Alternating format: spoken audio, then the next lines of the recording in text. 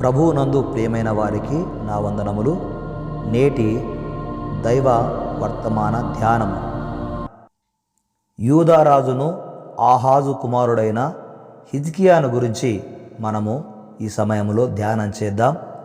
హిజ్కియా యూదులకు రాజుగా పరిపాలించుచున్న రోజులలో అతని వయసు 25 ఏండ్లు. అయితే అతడు యెరూషలేమునందు 29 సంవత్సరములు ఏలెనని రాజుల 2వ గ్రంథము 18వ అధ్యాయములో 2వ వచనములో వ్రాయబడి ఉంది. క్రీస్తునందు ప్రియమైన వారలారా, హిజ్కియాను గురించి ఈ రాజుల గ్రంథంలో వ్రాయబడిన మాట 7వ వచనములో ఈ విధంగా ఉంది: యెహోవా అతనికి తోడుగా ఉండెను, తాను వెళ్ళిన చోట నెల్లను అతడు జయము పొందెను అనే మాట ఇక్కడ వ్రాయబడి ఉంది. క్రీస్తునందు ప్రియులారా, దేవుడు ఎవరికి తోడుగా ఉంటాడు? దేవుడు తోడుగా ఉంటే ఏం జరుగుతుంది అనేటటువంటి విషయాలను ఈ సమయంలో మనం జ్ఞాపకం చేసుకుందాం. హిజ్కియా అనగా అర్థము యెహోవాయే నా బలము. అవునండి, యేసు క్రీస్తు ద్వారా దేవునికి కుమారులుగా, దేవునికి కుమార్తెలుగా, దేవుని యందు విశ్వాసముంచిన విశ్వాసులుగా జీవించుచున్న వారికి దేవుడే బలము కావాలి. ఆధ్యాత్మిక బలము, మానసిక బలము, ఆర్థికంగా బలము దేవుడే కావాలి తప్ప లోకములో ఉన్నది ఏది కూడా విశ్వాసులకు బలము కాకూడదు. దేవుడే బలము కాగలిగితే వారి జీవితంలో అన్ని విషయాలలో వారికి జయం కలుగుతుంది. దేవుడు నీకు తోడై ఉండి నీవు వెళ్ళే ప్రతి చోటనెల్లా నీకు జయము కలగజేయునుగాక. హిజ్కియాను గురించి ఇక్కడ వ్రాయబడి ఉంది. హిజ్కియా ఎలాంటి వాడో మనకు తెలుసు.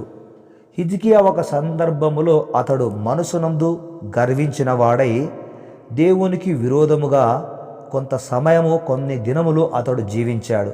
అయితే హృదయమందు గర్వించిన హిజ్కియాను దేవుడు సరి అయిన మార్గములోకి తీసుకొని రావడానికి అతనికి ఒక రోగం పెట్టాడు. ఆ రోగము మరణకరమైన రోగమని, ఆ రోగం వలన అతడు చనిపోతాడని ప్రవక్త యెషయా గారు వచ్చి అతనికి తెలియచేశాడు. అయితే హృదయమందు గర్వించిన కారణము చేత ఆ రోగము అతనికి సంభవించినదని అతడు గుర్తించి తన మనసును, తన మార్గాన్ని తిప్పుకున్నాడు. దేవుని తట్టుకు తిప్పుకున్నాడు. దేవునిపైన పరిపూర్ణంగా ఆధారపడ్డాడు. దేవునిని ఆధారము చేసుకొని అతడు ప్రార్థన చేశాడు. ప్రార్థన చేయడము ఎలా చేశాడు? కన్నీటితో ప్రార్థన చేశాడు. కనుక అతని కన్నీటి ప్రార్థన వలన దేవుడు చనిపోతున్న హిజ్కియాకు 15 సంవత్సరముల ఆయుష్కాలమును ఇచ్చాడు. అంటే ఎవరైతే బాధలలో, సమస్యలలో ఉండి కన్నీరు పెట్టి ప్రార్థిస్తారో వారి ప్రార్థనను దేవుడు వింటాడు.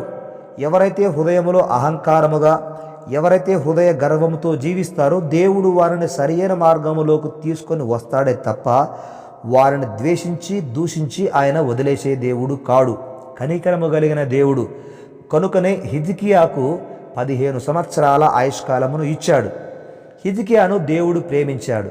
హిజ్కియాను మాత్రమే కాదు, ఈరోజు నిన్ను కూడా దేవుడు ప్రేమించాడు, నీకు తోడుగా ఉన్నాడు. కనుక నీవు వెళ్ళిన చోటనెల్లా నీకు ఆయన జయమును కలగచేయువాడు. అయితే హిజ్కియాకు దేవుడు తోడై ఉండడానికి, తాను వెళ్ళిన చోటనెల్లా అతనికి జయం కలగడానికి కారణాలేంటి?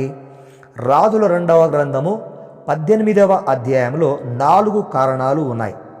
దేవుడు హిజ్కియాకు తోడై ఉండడానికి, అతనికి జయమును కలగచేయడానికి 4 కారణాలలో మొదటి కారణము, అతడు దేవుని యందు విశ్వాసముంచినవాడు. 18వ అధ్యాయము 5వ వచనం రాజుల 2వ గ్రంథంలో ఉంది. దేవుని యందు విశ్వాసముంచినవాడు. రెండవది 3వ వచనములో అతడు దేవుని దృష్టికి పూర్ణముగా నీతిని అనుసరించినవాడు. ఇక మూడవదిగా అతడు దేవునిని హత్తుకొని జీవించినవాడు.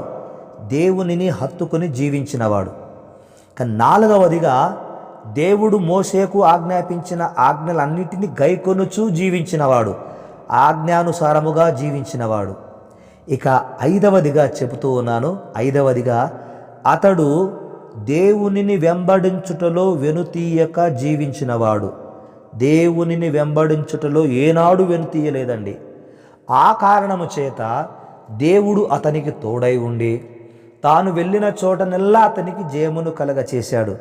క్రీస్తునందు ప్రియమైన కుమారుడా, కుమార్తె, నీవు దేవుని యందు విశ్వాసం ఉంచిన కారణము చేత, దేవుని దృష్టికి నీతిగా జీవించుచున్న కారణము చేత, దేవుని హత్తుకొని జీవించుచు ఆయన ఆజ్ఞలను అనుసరించుచున్న కారణము చేత, దేవుని మరువక మానక వెంబడించుచున్న కారణము చేత దేవుడు నీ జీవితములో నీకు తోడై ఉండి నీకు అన్నిటిలో జయము కలుగజేయునుగాక.